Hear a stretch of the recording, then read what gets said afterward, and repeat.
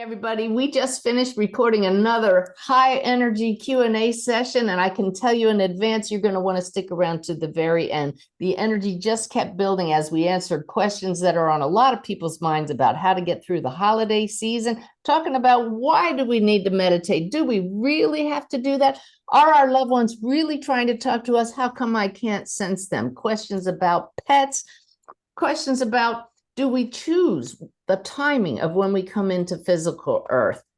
I know you're going to be inspired. I think you might be surprised about one question that Sanaya actually didn't give me an answer to, and I had no words. So if you're ready for another session, buckle your seatbelt. Here we go. Hey, everybody. We're back here today to do one of our favorite kind of podcasts, the Q&A session, where my dear friends and assistants, Bev and Lynette, gather with me to throw questions at me that come from you. We're taking questions from my latest monthly connection webinar, which, as the name says, I do monthly.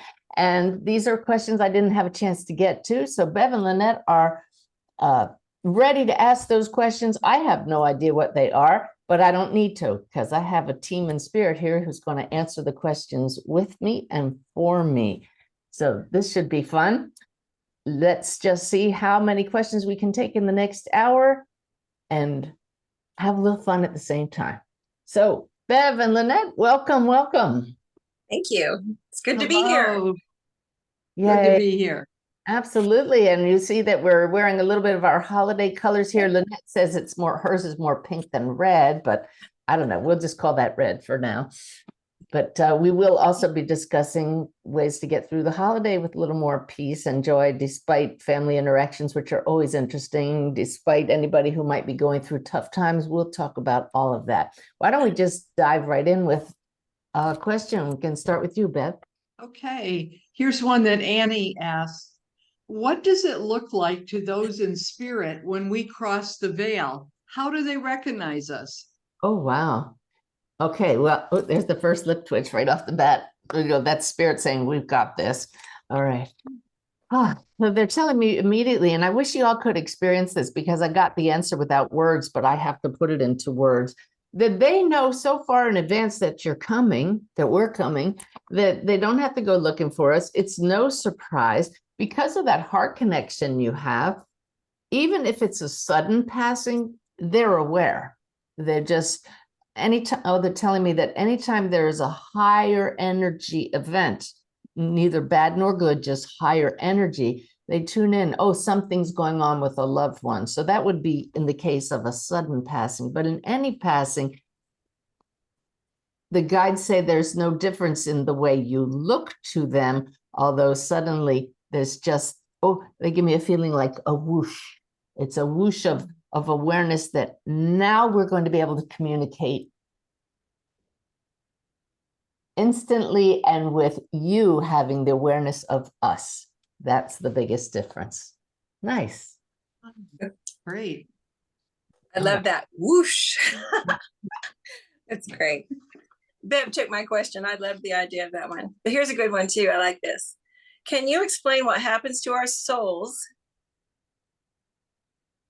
Can you explain what happens to our souls working during our sleep if we set the intention before we go to bed? I think it is, will our souls go to work for us in our behalf if we set that intention before bedtime? Well, your souls are busy all the time, working at a different level. The soul, let's picture it this way. There's a higher self of you. And then there's the soul that's even bigger. The higher self is all of your layers of physical, mental, emotional, spiritual that you call the story of me. That's the higher self. But that self is a smaller part of a much greater soul. So the soul is always active and doing far more things than just carrying out the story of you. So in answer to this specific question, yes, you can set an intention that your soul be doing certain things, but it's already doing certain things. If you want to be aware of what it's doing, you can have that come back to you in the morning with greater awareness by setting that intention, but always setting an intention that your soul help you in any way on your behalf, whether it's during your sleep or during the day, is always going to be beneficial.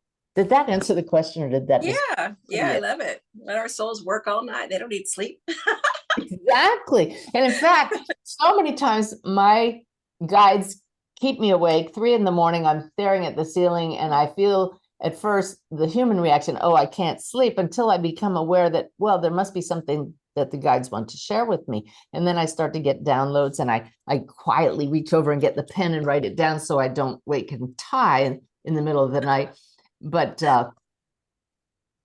that is often the best time when they can get through to us. And I sometimes, well, I used to think, oh, I need my sleep, until the guides said, if you needed your sleep, we wouldn't bother you. That's just your human belief system that you need your sleep. And it's really amazing how those days when they keep me up for a few hours in the middle of the night, I'm no more tired or alert than any other time. So it's part of the belief system. I have to get my 8 or 9 hours.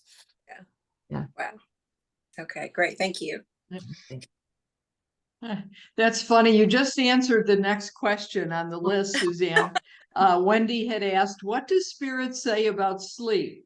Do we really need 8 hours of sleep?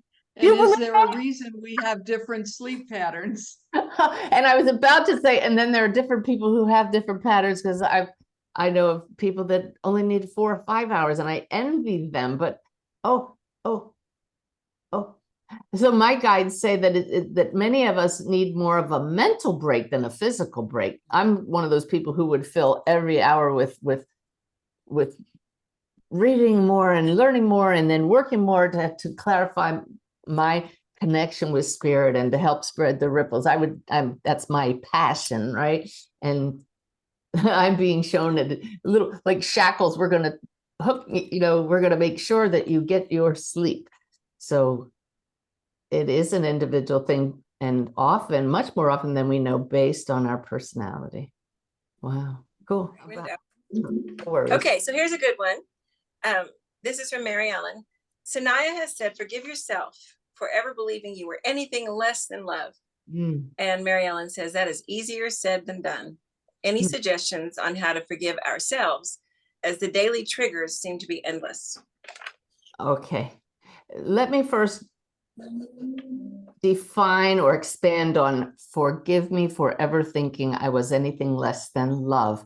That's love with a capital L. That is another way of saying forever thinking I was anything less than a direct expression of source. And that's some deep awareness when we come to know that every one of us is here to be the arms, the legs, the voice, the presence of spirit with a capital S. That's the love. So when I say, and it's just an echo of what Sanaya told me, when I repeat to myself, forgive me for ever thinking I was anything less than love, let's put that in different terms. Forgive me for thinking I'm only human. That's another way. And that may help you when you can't forgive yourself. When we understand that humans are programmed to act certain ways, our brains are filtering out our awareness of who we are as consciousness in expression, source, God, the life force in expression. But when you spend time regularly in the silence or in practices that allow you to notice this spaciousness from which everything, including our experiences, arises, then you notice more often, oh, that was out of alignment with my true nature. Look what I just did. That's programming. That's habit. And so when you start noticing how easy it is to be human, how our program reaction is to fight back and feel separate, then you set the intention that I wish to be more in alignment with my higher self more often. And the more you do that and you feel what it feels like to be the expression of love, then you can see why you reacted the way you did in the past, only human, and forgive that because it just came from ignorance of who we are. My gosh, if the 3 of us here on the screen beat ourselves up all the time for our only human moments in the past, we'd just sit here being grumpy and sad and beating ourselves up all the time. And so to anybody that just has a hard time doing that, start with just saying, hey, how would you treat a little child who made a mistake? And I'm doing this because, you can comfort yourself, be your own best friend, and just continue to work on loving yourself first. Yeah. Yay. Thank you. So we were talking about, let's talk about how to get through the holidays. Why do you both think that this is a rough time for people? Well, we get to be around our families. And I don't know. I We mean, get to be around our families. Uh-oh. well, and we have history, and a lot of history, and sometimes difficult history. And even when we've really worked hard to overcome those things, Brenda said that the things that we work on look like glowworms in our aura. They might be scars when they first happen, or damage when they first happen, but we work on them, we heal them, and Hang then on they a sec. shine. We have lots of new people watching this podcast, so be sure to subscribe so you don't miss another one, by the way. But the Brenda that Lynette just mentioned is a dear friend to the three of us who's now crossed the veil. And she came back immediately after passing, talking to me so that I could share messages with all of our friends. And like Lynette said, she could see the scars in our aura. It's a metaphor for the wounds. She says we're all walking wounded from interacting with people who don't realize we are beautiful souls here and now.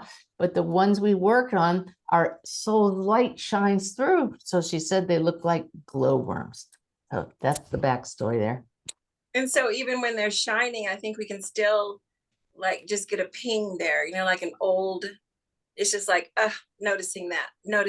And when we live in that higher state, most of the time, the reactions that we don't, cherish or shoot for, the ones that we would like to change over time, those are a lot more noticeable. It's a lot more noticeable that I react to X's comments about blah, because I don't usually do that now. So it's like an aberration instead of my normal pattern, like it might used to have been.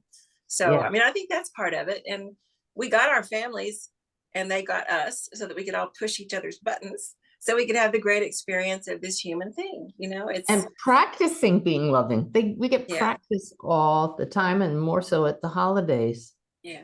And so that's one aspect of what makes holidays so challenging, is dealing with family patterns and old patterns, as more of us are trying to not fall into those patterns and be more aware that, yes, we're these stories, but we're also souls and part of a soul family who agreed to come here and, as Lynette said, push each other's buttons.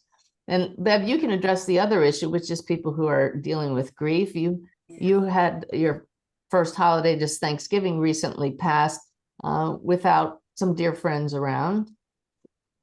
Right. I was going to say, the memories, the grief, you have memories of your loved ones being there as part of the holiday, and suddenly they're not. So you create sort of a different holiday. It's never quite going to be the same, but that doesn't mean it can't be joyous. But it's getting past those first few holidays that are different, that you're missing the loved one. And my solution for that, I've come to know, is gratitude. When I find myself slipping into the poor me, I wish, the sadness, I switched to gratitude. I was lucky to have all the years that I did, and don't we have some great memories of when the loved one was here. So it's amazing how gratitude can just take the energy up. Even if you have to fake the first few thank yous, you slip into the gratitude, and the energy goes up. Yeah. I got a text yesterday from our dear friend Beth Passacarnis, who is a stepmom to Wolf in my book, Wolf's Message. She texted me with a big meme about gratitude and the power of gratitude. And I thought, look at this. Here's a woman who's going through very rigorous chemotherapy for a very aggressive leukemia. And yet she's sending out memes about gratitude. Yeah, no wonder she has such a good attitude. All righty. So I hope that little discussion helped those of you listening to just see some new ways of looking at the holidays. My husband spent 2 years in England. He was seconded to the Royal Navy as a Navy officer with the U.S. Navy, sent over to work with the British Navy, the Royal Navy. And he said he learned that they call the holidays, you guys will love this, the silly season. Because there are all kinds of parties and overeating and hopefully some silliness too. Yeah.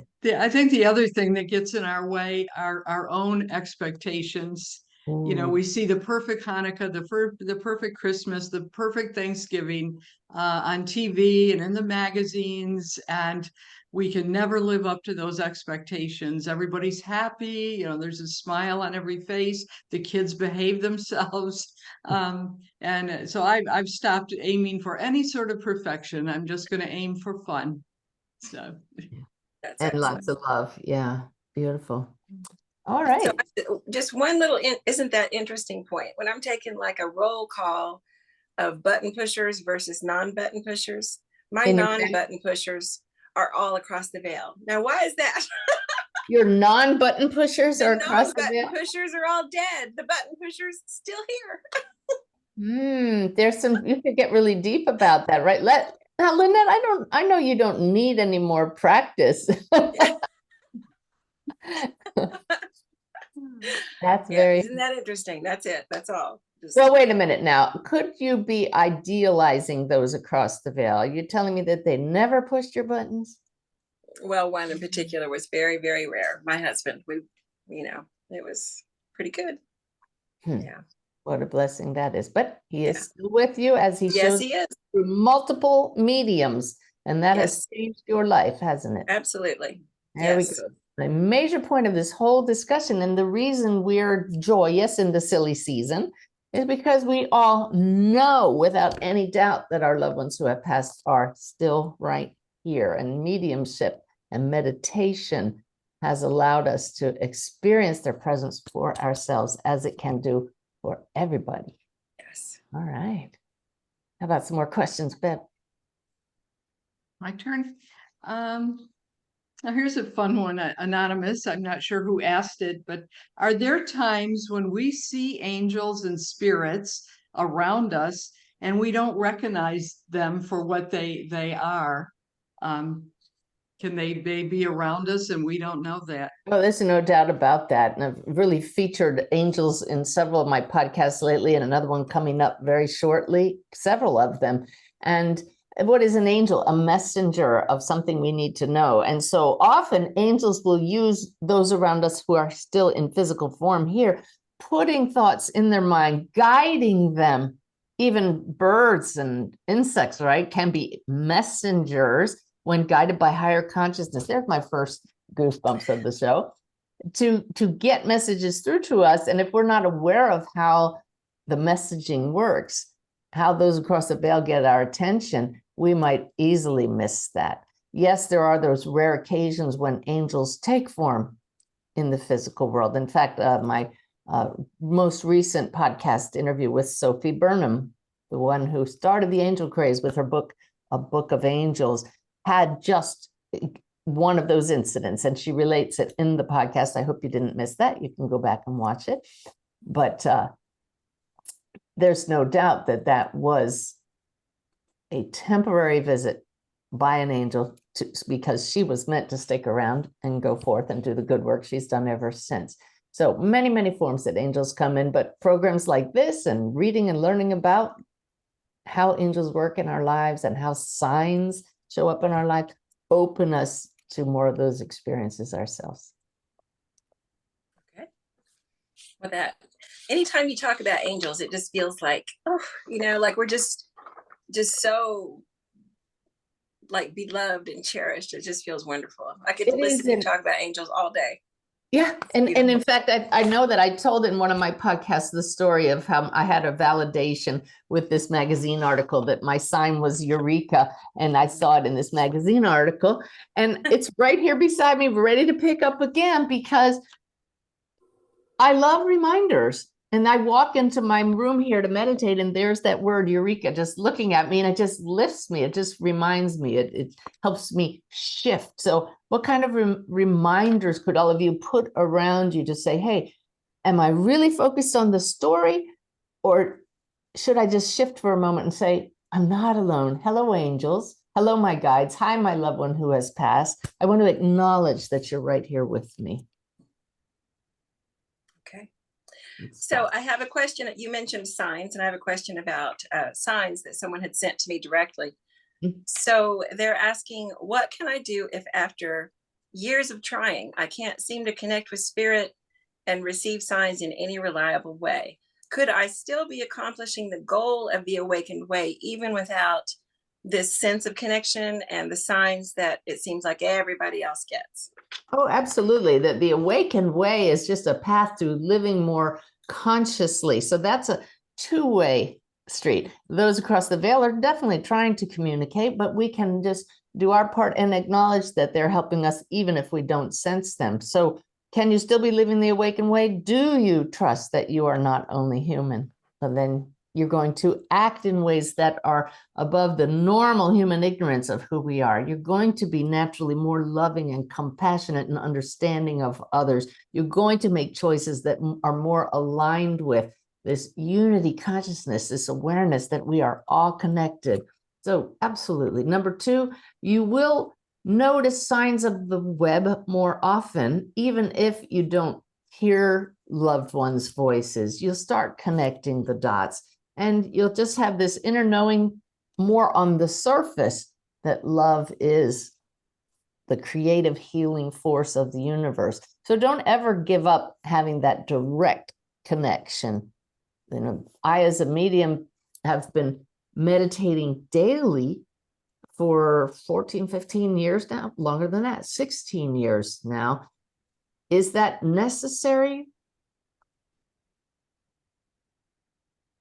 The guides say by grace, it's not necessary to meditate daily by grace. So those who are fortunate enough to have that kind of connection without a daily practice of being silent for at least a few minutes, that's grace.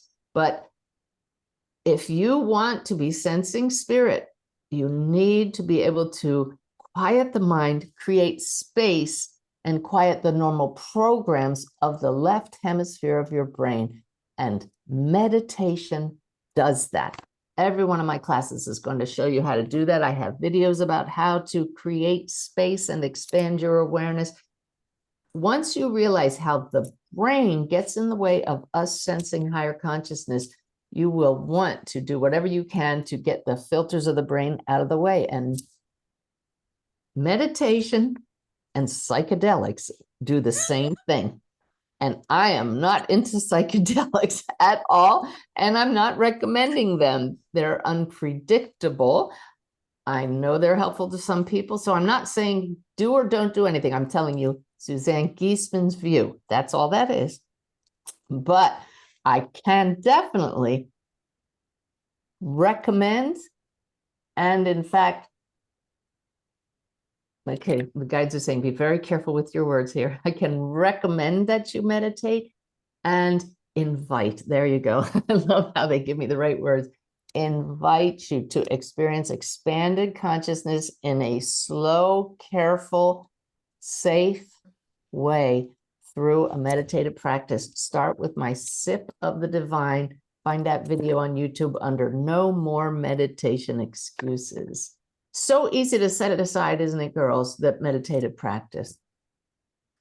It's easy to set the meditative practice aside, but what I've noticed too, and you may remember this from your London workshop, Suzanne, someone had a dramatic spiritual experience of connection, like direct connection in that group. Yeah. And that person has since become a dear friend, and we have a great time talking about spirit. And he just recently said to me, I never get connection. I mean, you know how powerful that was in that room. Oh, everybody, people thought this person was having a physical attack of some sort because he was bent down. I'm in the middle of sharing with this very large room full of people in London, and all of a sudden there's something wrong with this man. And I tuned in and I knew the spirit said, he will be all right. He will be all right. And then And we discovered he was just overcome by the emotion from a meditation we had just completed. But yet he's telling you now he never has his experiences. Well, I reminded him. I mean, he just said, I just don't get connected. I just don't get connected. I mean, I think it's really easy because there's so many beautiful stories of intense connection all over the place. And so, you know, if ours is in the past, or, you know, and maybe it's not a certain way, we just kind of set it aside because we're looking for something better, you know, something bigger, better, faster. And so I said, hey, I remember a pretty impressive, you know, noticeable connection. It's like, oh yeah, you know, like almost I forgot. That's why I really recommend everybody write down every time you have those bells and whistles experiences and the smaller ones, but that's not what it's all about, meditation. It's about just the setting aside time to experience yourself as more than what the physical senses feed to you all the time. And boy, when you block out the physical senses and just pay attention, what you're drawn to in attention throughout the day changes as well. Yeah. Bev, any comment on meditative practices? You know, it is a practice. You just have to be persistent. And if you miss a few days, you know, jump back in and start up again. And it does get easier. It becomes, you know, a habit. And I've come to think of it in the morning as sort of my briefing. I said we have access to these intelligent beings who see a big picture, and they're willing to sit with me every morning, and I can ask their advice and their guidance. You know, on the police shows when they have the briefing, and you'll cover his back, and Sally, you know, you'll do this, and we're all going to be fine. It's my briefing. So I love that. the guides are there to give me my agenda. They have my back. And when I think of it that way, it's fun. And it's like, why wouldn't I have my morning briefing with my guides and my angels? It'd be crazy not to. So it takes on a little different feeling for me. I love that because it takes it out of, oh, I'd better meditate, to, hey, this is going to start my day off in just the right way. It has a whole different tone to it. Nice. I just want to say one more thing for people who might have differently wired brains. We don't have to feel anything to be connected. We are always connected, no matter what. You don't have to feel a guide to have a guide. You don't have to feel an angel to experience an angel. We are always connected. They're always there. Whatever gets through, and nobody's left out. Nobody is left out. Everyone has that. So if we feel it, that's wonderful. If we don't feel it, it still is a fact. So that is such a great point. Such a great point. And the thing is that most of us don't realize how many of our thoughts are not our own. They're put in there by our helpers across the veil, which includes our loved ones who have passed. I have so many instances of validation that wasn't my thought to go there or do this. Yesterday, I had the validation of a sign that I asked for in meditation. Hey, what sign are you going to send me to show me that I can really trust this message? And last night, I was just getting ready to turn out the light in bed. And I just thought, oh, I think I'll just read a couple more pages of this book out of 5 that I have on the nightstand. And I pulled that book out, I opened it, and on the second page, there was the sign that I was told I would find. Now, if I didn't understand how this guidance worked, I might have thought, oh, wow, that was pretty lucky that I just happened to pick up that book. But I know that I was guided because the thought was put in my head. So I hope that all of you are noticing now that when things turn out for the good, if we just take credit for ourselves, we're missing out on this gratitude for our team that's really watching out for us and showing you really are connected and guided all the time. Beautiful. Let me tack on to Lynette's. It's so important because whenever people are in a class or a workshop, of course, the people who speak up and raise their hand and then are excited to tell their story, they heard something, they saw something, And the other, 90% are thinking, oh, I didn't, and what's wrong with me? And, I don't see and hear a lot. So how I've overcome the being disappointed about that is to remind myself that my team, they're putting it in my field. I don't have to see it. I don't have to hear it. But when I need it throughout the day, it will be right there in my field. The answer will be there. Maybe something I should say to someone who's crossed my path, and the words come out of your mouth and you wonder, where did that come from? The perfect answer. So just ask the thing that your guides and angels put what you need in your field. And you don't have to see it. Doesn't have to be a neon light. You don't have to hear it. It's there. Can you all see why I surround myself with this beautiful team that, we're on the same page? I do have to make a comment, however, that we're going to date ourselves here. I'm going to date myself with what I'm about to say. Many of you, if you're around the same generation, will remember those little dogs you put in the back of your car up on the ledge, and the head goes like this.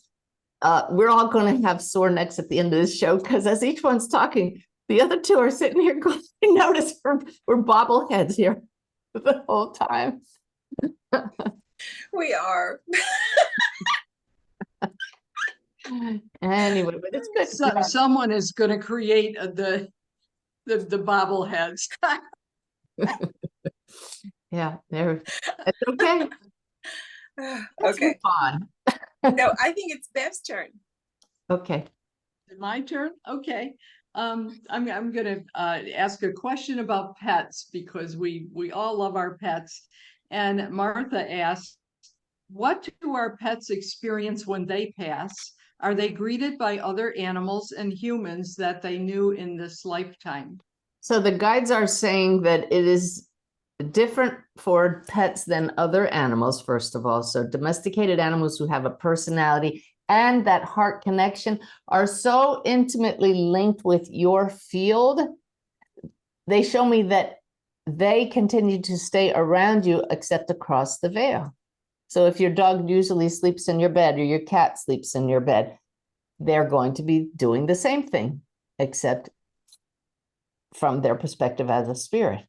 And they no longer need food. They don't need to be taken out. What a joy. But they're telling me that they are still attracted to you and they remain in your field.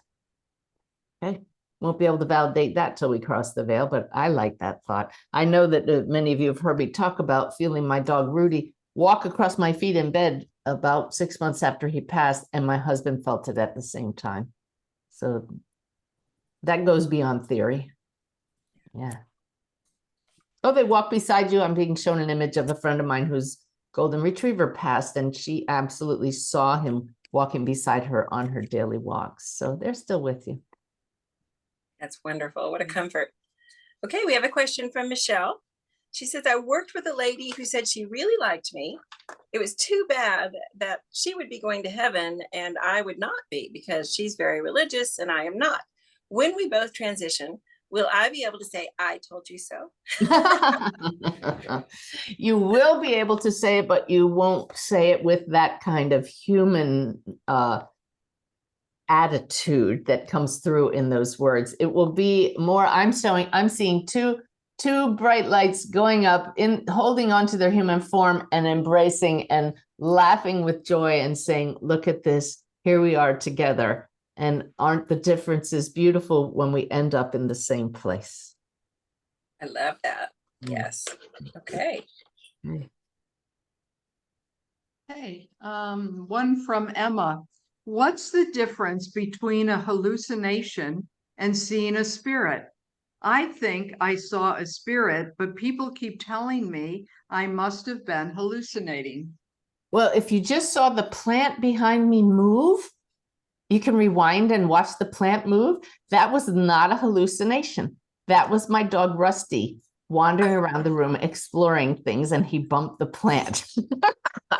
So what happens when a spirit comes into your space and affects the energy in the room and something moves, the lights flicker? Is that a hallucination, or is that a bit of a parting of the veil so that you see the energy that's already present, but at a different level on the spectrum of all experiences?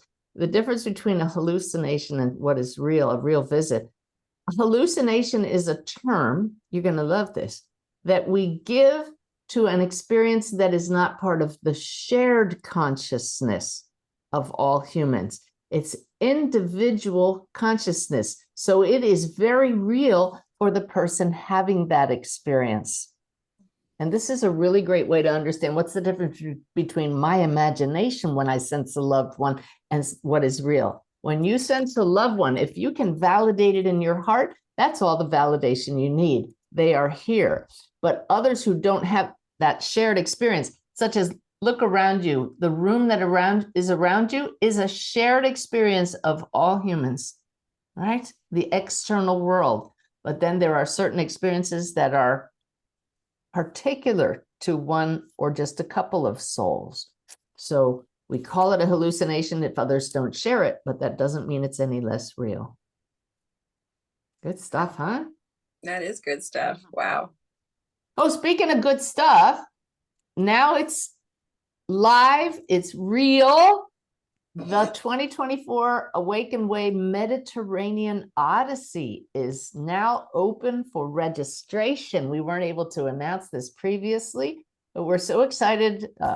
So many of you went with us to Alaska. Bev and Lynette were on that Alaska cruise, 14 hours of workshop, again in the Mediterranean, but the ports of call. You all remember where we're going? I know we start in Barcelona. Yeah. Bev, you know. Italy and Malta. Rome. Yep. Greek, France. definitely Greece. France, the Greek Isles, Ephesus, Ephesus. ending up in Athens. So we are going to visit some amazing ports of call and have some awesome energetic sessions with Sanaya, a lot of guided meditations, sharing from spirit, Q&As like this with spirit answering, live channeling, and each one making our own connections with our loved ones to the best of our ability as guided by my guides. So if you want information on the Mediterranean cruise, please just go to my homepage, SuzanneGiesemann.com. Go right down to featured events, or further down the page is a big article about the cruise. Check out the ports of call, and I hope you can join us. That's next September, 19 to 29, 10 days. I'm excited. Okay, let's get back to the questions. Okay, I have one that I have never heard asked before, which is very cool. I'll ask it in honor of my father who loved classical music. At a symphony in human realm, like a Mozart symphony, does Mozart ever come to help out or just to listen? The guides say he is present in many rehearsals and delights in they say he delights in feeling the pleasure of the audience at live performances. So not all of them, but there is an energetic connection that goes far beyond anything you would understand in human terms. Just as when any of you think about a loved one and they draw near, for they feel that magnetic heart attraction, the one known as Mozart, and yes, any of your composers are aware of when their earthly efforts continue to be appreciated at the human level. Cool. Nice. Yeah, very nice. Thank you. And they are still influencing composers today. So the inspiration is part of the ongoing work of those across the veil. Wow. Okay. Neat. And that's just the perfect example, isn't it, of what we were talking about earlier, how many composers might not recognize that they're being helped and talked to and getting downloads from higher beings, and yet that inspiration is there. I know when I write, and I have 2 books coming out in 2024, that work is always inspired by spirit. In fact, I stop and ask for that beforehand, and that's really a great way for anybody to do anything creative. Yeah, cool. Okay. Question from Mary. Says, why can't we get answers about ancient mysteries, such as how the pyramids were built, if we could just tune in to the souls who were part of that history, the people who built the pyramids? And the guides really like that word mystery. They say some things will always remain a mystery because that is part of the process of evolution. If all the answers were given, there would be no need to grow and stretch and learn at all. And discovery for yourself is part of the joy of being human. Regarding ancient Egypt, there have been many theories along the way, and this also allows you to test in your heart, is this the way it actually happened? Do you not all enjoy your mystery novels and movies? It is this same innate desire to have the answer and to have the correct answer that nudges you to continue exploring on your own. Built in. Wow. That is fabulous. Wow. Love it. Yeah. I hope y'all are enjoying this. I just love getting together with Bev and Lynette, and we get in the flow here. Okay. Yeah. We talk every day, but this is like bringing everybody in. And I do want to acknowledge the rest of my team too. We have Steph, who's helping to promote my upcoming book, The Awakened Way, and we have Valerie, who handles emails and newsletters with so much heart. We have JS, who does the technical side of all of this, and we have Ty, who supports me in more ways than anybody knows. Yay. Well, this is an appropriate question for me to ask. Do you believe a person with ADHD can be a medium? My mind is all over the place, always racing, and I have problems focusing. That was from Cindy. Oh, wow. Spirit says if you buy into that label, then you will have a challenge, for it will always act as a filter.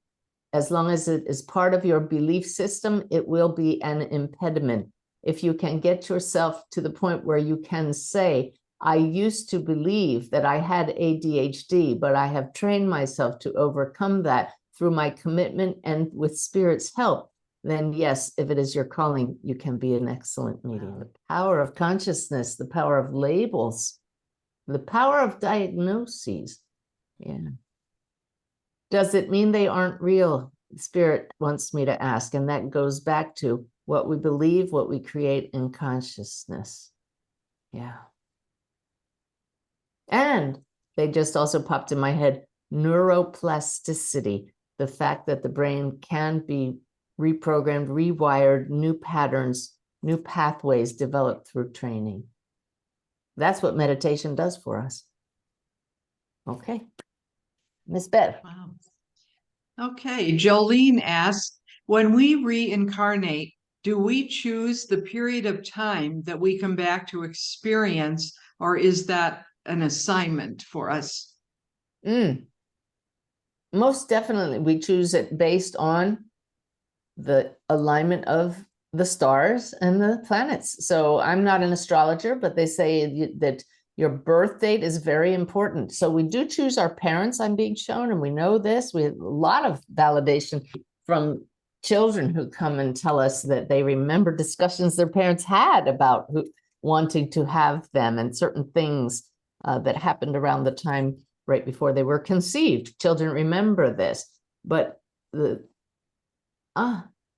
so the guides are showing me that yes, you choose your parents, and then you do choose to have them wait or not wait, and when that birth will happen, because but they say it's also not just, how about that? Not just the planets. They're showing me so many pieces of the puzzle that play into this also. Circumstances about what other family members are already going to be present, circumstances about where the family is going to live. And so,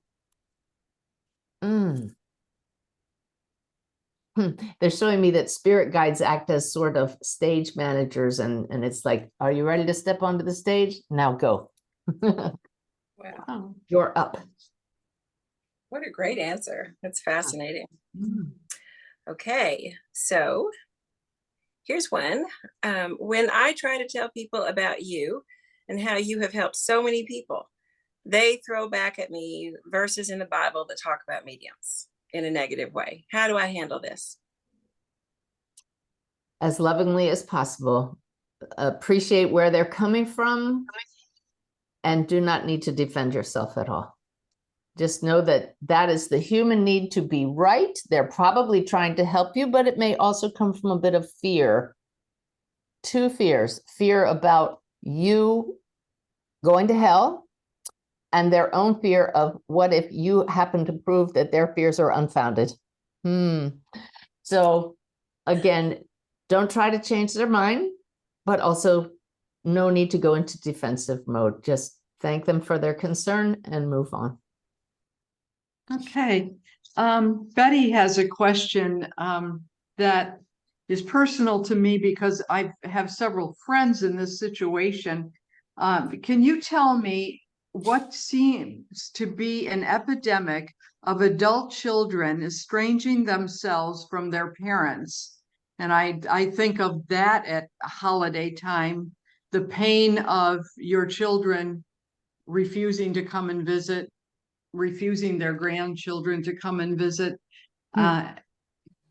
for no apparent reason. You know, these are, I call them good parents, and their kids have turned their backs on them.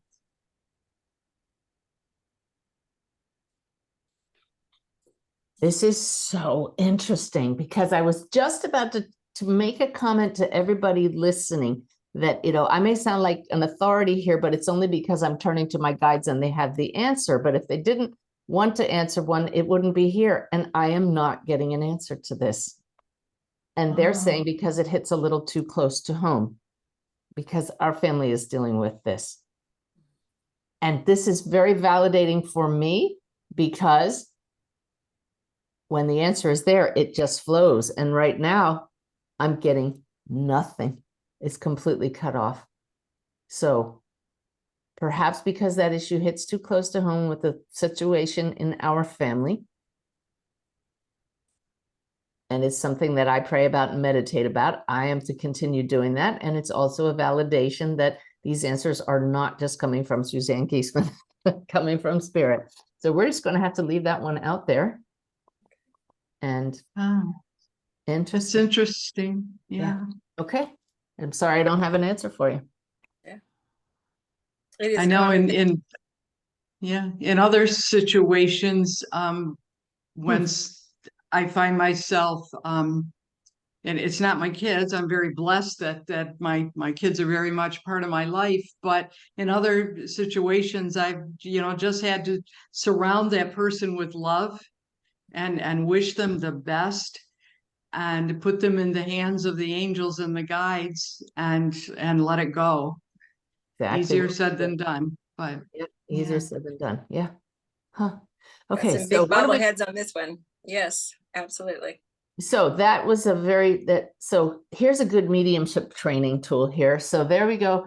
And we just had this moment of dissonance in the energetic field. So what do? How do we shift back? Just take a nice deep breath. I'm going to thank spirit, trusting the process for how that unfolded. And just continue to trust and say, all right, well, let's move on and shift back to asking spirit to guide the answer to the next one. Okay. Okay. And the next one is interesting. It's from Angela. I was abandoned at birth and then adopted at 3 months into a beautiful family. I'm 58 and looking to work on ancestral clearing, but I've never met any of my biological family and don't know who they are. Who would be my focus for the ancestry work? That biological family or the adopted family? For ancestry work. Well, the guides say that you've been connected to everyone in your soul family, whether by blood or adoption, for eons anyway. And so they say that humans need to put things into categories. So drop the categories and do a meditation in which you ask to be guided to certain points in your known history and points beyond your history that you need to be made aware of. And again, you may say, is this my imagination? But if it answers the question, is it helpful and healing in a positive way? Then use whatever you discern in that meditation.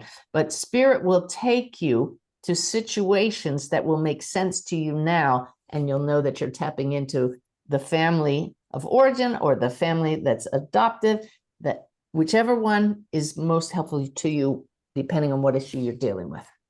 Make sense? Yeah, that's great. Cool. Thanks. Back in the flow. Other one? Yes. Okay. Lori asks or says, when Suzanne is explaining who we are, what does she mean by the expression I am? Oh, okay. I feel that as soon as we say it. I am is who all of us are when we set aside the story that we identify with as ourselves in a human body. So if you were at one of my workshops, you'd have a name tag and it would say, hello, my name is Bev or Lynette or Suzanne. That's the story of Bev, Suzanne, Lynette. And so if you take away everything that you associate with that name and this body, that's your entire history, what's left? This awareness, I am, I exist. We have a free meditation on the gifts page of my website. It's called The Journey of Consciousness. And that's a beautiful guided meditation in which you let all the elements of your story just drift away until you're left with what? Just for a few moments, you're able to experience what it's like to just be. And until you've sat in meditation or done an experience like this, we have moments of just being constantly, but we're so immediately distracted by objects, by our physical senses, that we don't notice the spaces in between the experience. In that space between all experience, all there is just being. So just everybody for a moment here, just take the briefest moment and notice this. There, right there. There was just this pause, this expectation.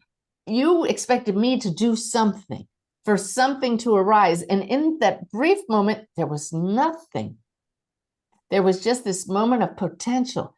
And every single one of us in that moment had the exact same experience of just being.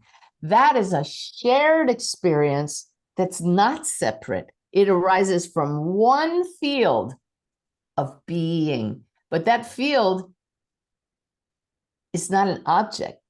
It is divine intelligence itself. It's creative, it's intelligent, it's source. And we all share that. And that's why we can say, I am, because it is self-aware. Self-aware. You are self-aware of a body and a name, but get rid of the body, get rid of the name, get rid of the story, and you are this self at a higher level.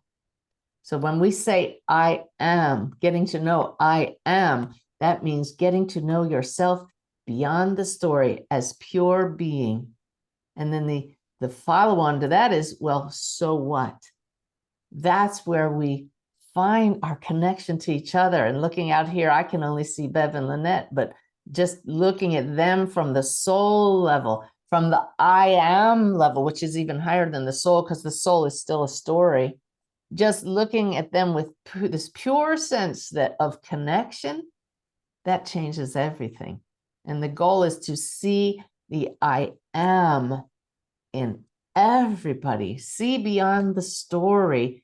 And that, dear ones, as the guide would say, is what we call love. What a great question. Yeah. I want to share with you, well, gosh, Nope. I'm going to get the person who initially shared this story with me to come on the podcast. And I'm not going to tell you all who it is, but subscribe. This is not a trick. It's not a marketing thing. Subscribe now and you'll be notified when I get him on the show. And it's a man that trained prisoners to meditate for 1 minute at a time. And prisoners who were addicted to heroin for the first time, even after being in prison for years and never losing the cravings went away. Why? Because in one moment of, for the first time in their life, finding silence, they found what? Connection, love. I am. So I hadn't told Bev or Lynette yet, but I know that that's going to make a fantastic show, won't it? He has so much more to share than just that. But if it were only that, that would be life-changing enough. Beautiful. Interesting. I just mentioned him today to somebody. Of course you did. Stories he told us. I know. And I wrote his name down. So yeah, we'll get that. We'll get that. I can't mention it yet because I got to get him to agree to come on the show. But subscribe and you'll get a notification when we get him on. Yeah, cool. So we ready for another one? Always. Always. Okay. Let's see. What did Suzanne mean when she said that to those on the other side, their world is very solid? Okay. Because each reality that we can experience in consciousness is a relative reality. When we're dreaming, that becomes our entire world. That is a very real world to us. And this world that we're living in now is out of our awareness. So we've been told that those in the spirit world build houses and construct airplanes and fly in them and do whatever they want by creating it with consciousness, but very consciously through their intentions and choices. And so because they are living in that reality, meaning they're experiencing it currently, consciously, it appears solid to them. Whereas if they come to visit us here, literally they can walk through walls because this reality, our physical reality, is relative to their state of consciousness. So relative realities. Okay. Is there anything else we're forgetting to announce? Oh, a couple live courses in Savannah, Georgia in January. This won't give people too much time to sign up because we're doing this at, a little late in the month. But anyway, any new activities are always going to be on the homepage of my website. So check that out. Okay. Bev. Okay, more questions? You bet. We got a couple more minutes here. Okay. This was anonymous and a person I sense who is filled with a lot of anger. So I hope we can help with that. I'm so angry about what happened to so many with COVID, either those who died from COVID itself or they were affected by the vaccines. What do our loved ones who passed from COVID want us to know about this? Number one, we are still here, and that my passing was a transition to a new reality. I had no idea there was so much love. That's what they want you to know. And this anger that you feel, I understand it because you're thinking in human terms, but I see now that I'm so much more than only human. I have the big picture now. If only I had remembered that when I was still back there with you. That's what they want you to know. It's that simple. And in fact, I just made a note today for my next monthly connection webinar to talk about, how to know when you're in only human mode. And that anger is a human attribute. Feel it fully. That's why we came here, to be in human form, to feel all of our feelings. I just watched an interview with someone who's coming up on my podcast, Moshe Gersht, coming up soon. And he talks about crying for a half hour every day about what's happening in the Middle East. He literally sits on his bed and cries, and yet he's a spiritual teacher. So just because we come to know I am source and expression, does not mean that we don't feel human experiences and human emotions, better said. But we notice them, we process them, we acknowledge them, and then we don't stay in that mode. We shift and gain the perspective right here, right now of those who have passed before us. And this comes for us, my team here, easily because we deal daily with stories from the spirit world. I experience those in the spirit world in my readings and in my meditations. And I can guarantee you, they're not feeling anger. They see things completely differently. Death is a tragedy for those of us left behind because we feel the pain so intensely and we label that a tragedy. But for those across the veil, the perspective is completely different right away. And it's not a tragedy for them. They find freedom in so many ways, freedom from the trials of being human, freedom from the pain of the body. And yet, they're aware of what we're going through. So spiritual teaching that says we need to die daily means drop the story daily, drop your identification with I'm only human, that aspect of the story. And in your meditation, ask to connect with your loved ones who have passed. As we said earlier in this program, maybe you may not sense them talking back to you, but trust me, they hear you and they feel your emotions, and they will come in with all of their abilities to help comfort you and let you know they're here. Whether or not you sense it, they are still trying. And I can't imagine a better way to end this program than that. What do you think, girls? Yeah. I was just thinking the same thing. Yeah. Great message to get us all through the holidays, that we would love to have our loved ones who have passed here at the table with us as we celebrate with family. So set a space for them. And trust me, they'll be sitting there. I have too many stories from beloved mentors, Mavis Patilla and Janet Nohavik, who could see their loved ones sitting in those chairs. I can't see it, but I can feel them and I trust it. So, yes, say a toast, set a place for them, but know that they are still with us, and always, always, because that heart connection never dies. And I know I speak for Bev and Lynette that we feel the heart connection with all of you. I am always so thrilled. I got the goosebumps now when other people who are new to our Awaken Way community meet some of you and get emails from some of you guests on my podcast and say, Suzanne, the members of your community are so nice. They're so loving. And I say, yeah, because they get it. They understand who we are and why we're here, right? We are souls who are here to be the presence of love. Yeah, and to help others come to know that too. So I thank everybody for joining us. Any final words, girls? I hope everyone Just as you were saying. No, go ahead, Bev. No, just as Suzanne was talking about our nice community, I was thinking of the cruise in Alaska, and the staff started to label us, the whole group, 550 people, as the nice people. Isn't that nice? we always had a smile. We always said hello to people on the elevator. And I guess that was not the norm for some of the staff to see that all the time. So they said they labeled us the nice people. Very cool. Lynette, before you speak, I didn't see your hand reach out, but are you pushing the thumbs up button? Do you see that? Yes, I see it. What's making that happen? You didn't do that? My hand is going up. It's automatic now. Really? Oh my goodness. Okay, well, that's pretty cool. Technology. I just wanted to say that just like our loved ones are always present and we may not feel them, just like our guides and our angels are always with us and we may not feel them, peace is also always available. It's not outside of us. We don't have to run it down and catch it with a butterfly net.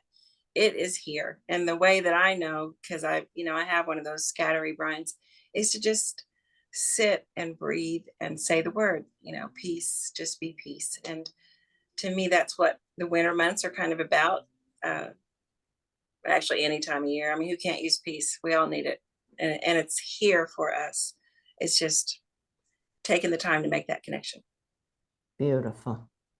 I know that a lot of you listening, you know these things that we're talking about, and don't we just love to get together and talk about it with like-minded people? And I highly encourage you to keep coming back and watch anything inspiring. We get fed too much negativity in this world. So we are just so pleased that you've joined us on this journey and are helping to increase the light in your own field so that we can all be a light for those who just don't understand how important it is to be that presence of love.